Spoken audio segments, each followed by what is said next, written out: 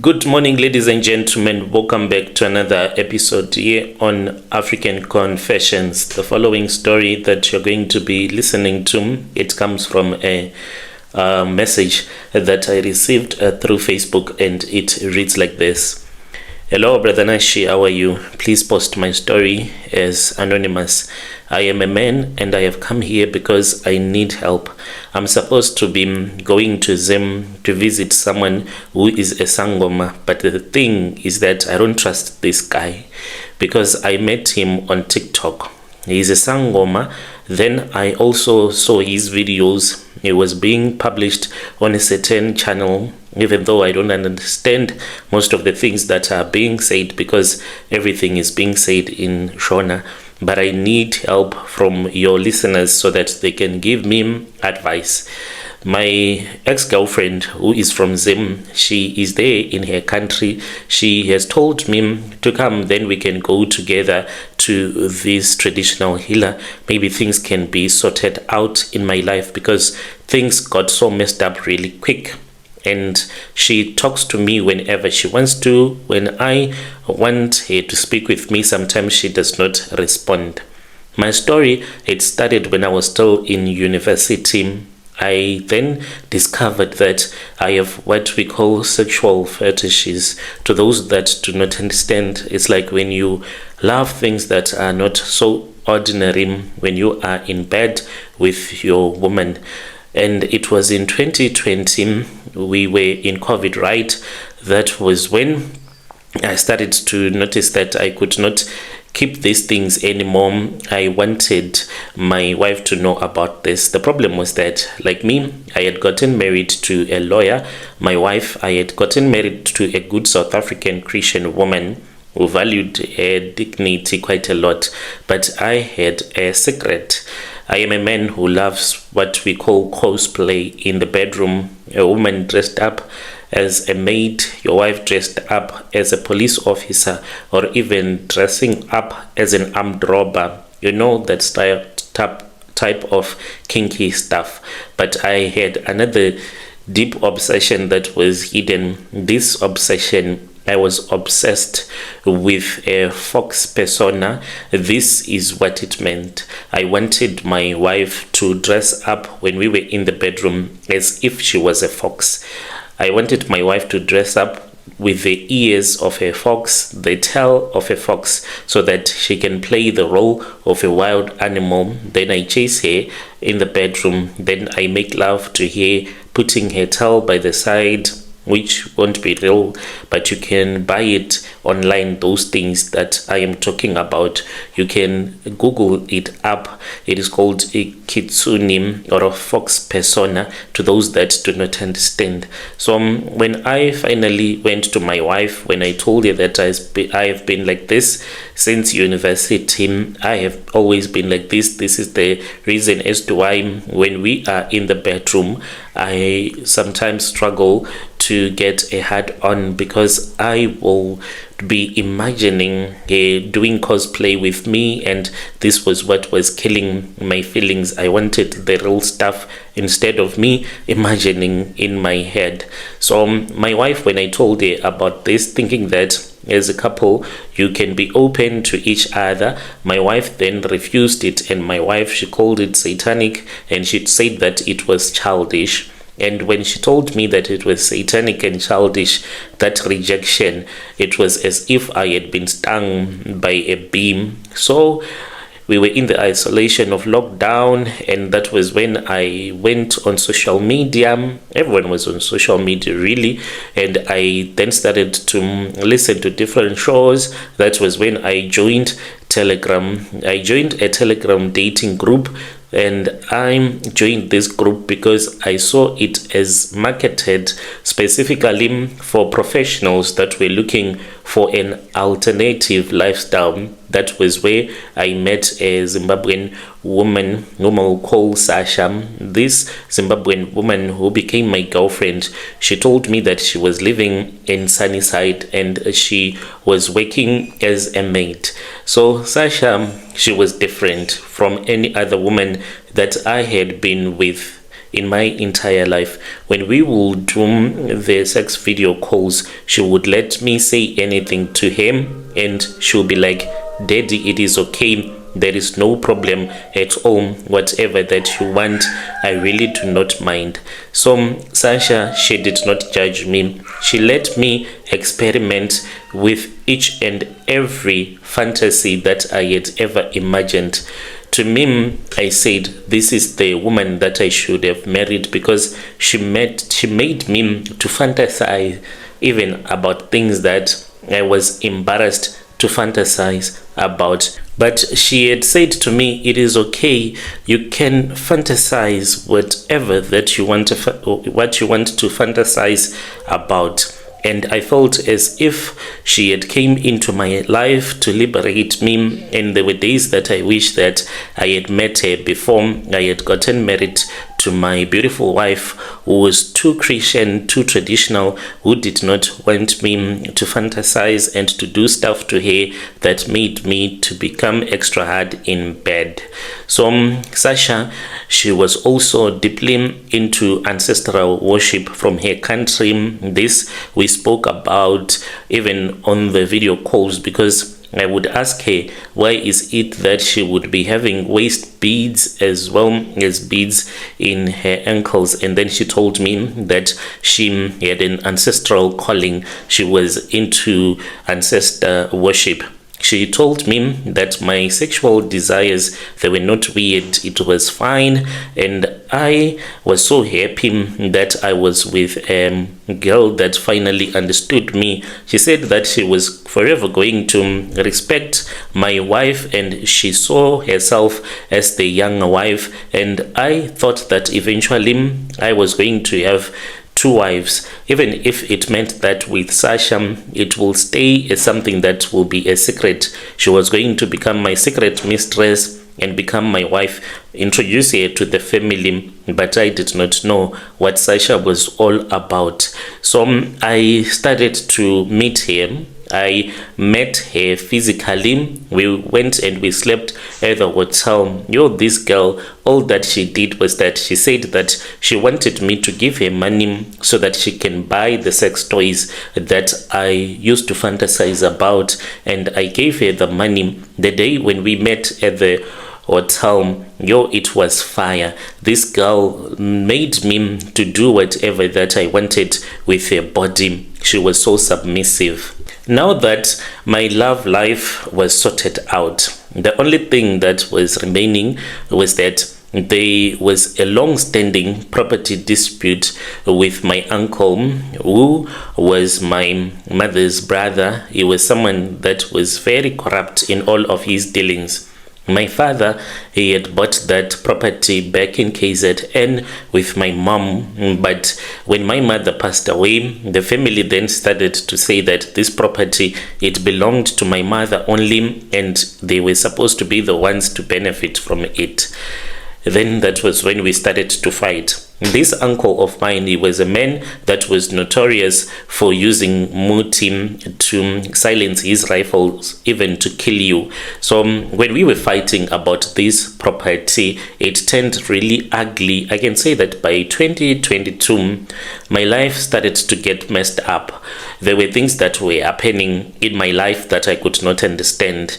I could lose a case where I should have won, and I would get into the car and my car would refuse to start for no reason at all. I am talking about a car that will be like brand new. And I spoke with Sasha because I was now communicating more with my girlfriend than with my wife, because the bond that we had in bed, it was just too much. When people do those things, other weird sexual fantasies, the bond is just too much. And with my wife, we did not have a bond anymore because it was all about traditional sex, nothing, just to make her feel okay so that she can keep her dignity. And when I spoke with Sasha, she then told me that I needed to do a go back to sender. So a go back to sender, I did, brother. She then introduced me to a powerful traditional healer who was also staying in Pretoria. But this traditional healer, He was from Zim. This man could help me with a go back to sender to my uncle, but I was not told a lot of stuff. All that I cared about was that I was going to do this go back to sender, and my uncle would stop bothering me, and I would get to keep what belonged to my father, for I believed that this was my own inheritance traditional wise. Even though I had a house in the city, I needed this in the village. So I went to Pretoria. I met up with Sasha, and then we went to the Zim traditional healer. He was a man that I can say he was poverty stricken. In my heart, I was even doubting, and I said, I have a lot of money, but here I am kneeling in front of a man that seems to be so broken, poor. But that man then said that he knew that I was doubting him in my heart, and I should not doubt him, because it was not about the material possessions that I had, but the spiritual possessions that he had.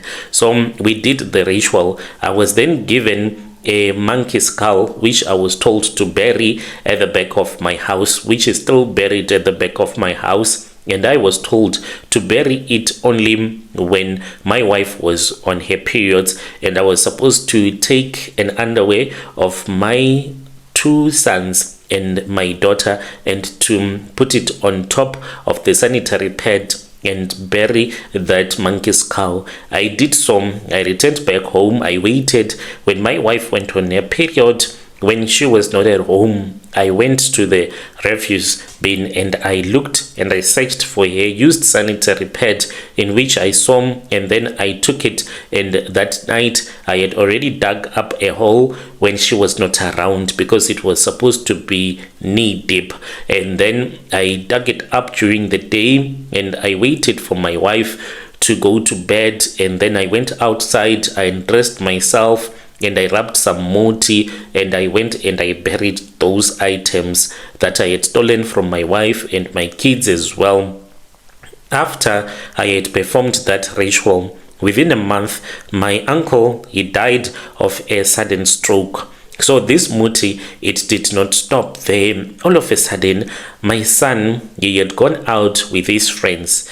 They stole the father's car and they went out. They were driving. They used to do this since we stayed in a gated community. They would drive around and then they would return back home. But on that day, I don't know what came over them, because instead of them driving in the estate, they chose to drive outside.